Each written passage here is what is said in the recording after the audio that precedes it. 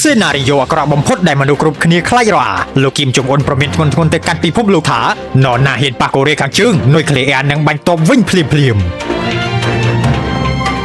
មេដឹកនាំកូរ៉េខាងជើងលោកគីមចុងអ៊ុនហាក់កំពុងមានការព្រួយបារម្ភយ៉ាងខ្លាំងអំពីសវត្ថិភាពផ្ទាល់ខ្លួនក្រោយពីបានឃើញព្រឹត្តិការណ៍ដ៏រន្ធត់នៅប្រទេសអ៊ីរ៉ង់ដែលមានដឹកនាំកម្ពុជាជាច្រើនរូបត្រូវបានធ្វើឃាតក្នុងពេលតែមួយដោយការវាយប្រហារតាមអាកាសពីសំណាក់សហរដ្ឋអាមេរិកនិងអ៊ីស្រាអែលមេរៀននេះបានរុញច្រានឲ្យកូរ៉េខាងជើងសម្រេចធ្វើការកែប្រែច្បាប់រដ្ឋធម្មនុញ្ញរបស់ខ្លួនជាបន្ទាន់ដើម្បីអាចការពារខ្លួននិងសងសឹកទៅកាន់សត្រូវវិញទោះបីជាករណីដែលមេដឹកនាំលែងមានជីវិតក៏ដោយយោងតាមសារព័ត៌មាននៅ Telegram បានរាយការណ៍ថាច្បាប់ថ្មីរបស់ក្រុងព្យុងយ៉ាងបានចែងយ៉ាងច្បាស់ថាបើប្រព័ន្ធបញ្ជាការនុយក្លេអ៊ែររបស់ជាតិស្ថិតក្នុងគ្រោះថ្នាក់ឬករណីដែលមេដឹកនាំត្រូវបានសត្រូវធ្វើឃាតនោះកងទ័ពកូរ៉េខាងជើងត្រូវតែបាញ់គ្រាប់បែកនុយក្លេអ៊ែរទៅវិញជាបន្ទាន់ដោយស្វ័យប្រវត្តិនេះមានន័យថាកូរ៉េខាងជើងមិនងាយស្រួលឲ្យគេកំទេចងាយឡើយបើទោះបីជាសត្រូវអាចកំចាត់លោកគីមចុងអ៊ុនបានក៏ដោយប៉ុន្តែពួកគេមិនអាចគេចផុតពីការបំផ្លិចបំផ្លាញដោយអាវុធនុយក្លេអ៊ែរដែលនឹងធ្លាក់ចុះមកដោយមេរលំបានទេការកែប្រែច្បាប់នេះគឺជាការបញ្ជាក់យ៉ាងច្បាស់ថាកូរ៉េខាងជើងកំពុងត្រៀមខ្លួនទប់ទល់នឹងបច្ចេកវិទ្យារបស់អាមេរិកដែលអាចប្រាប់កាយរណបតាមដាននិងកំចាត់មេដឹកនាំកម្ពុជា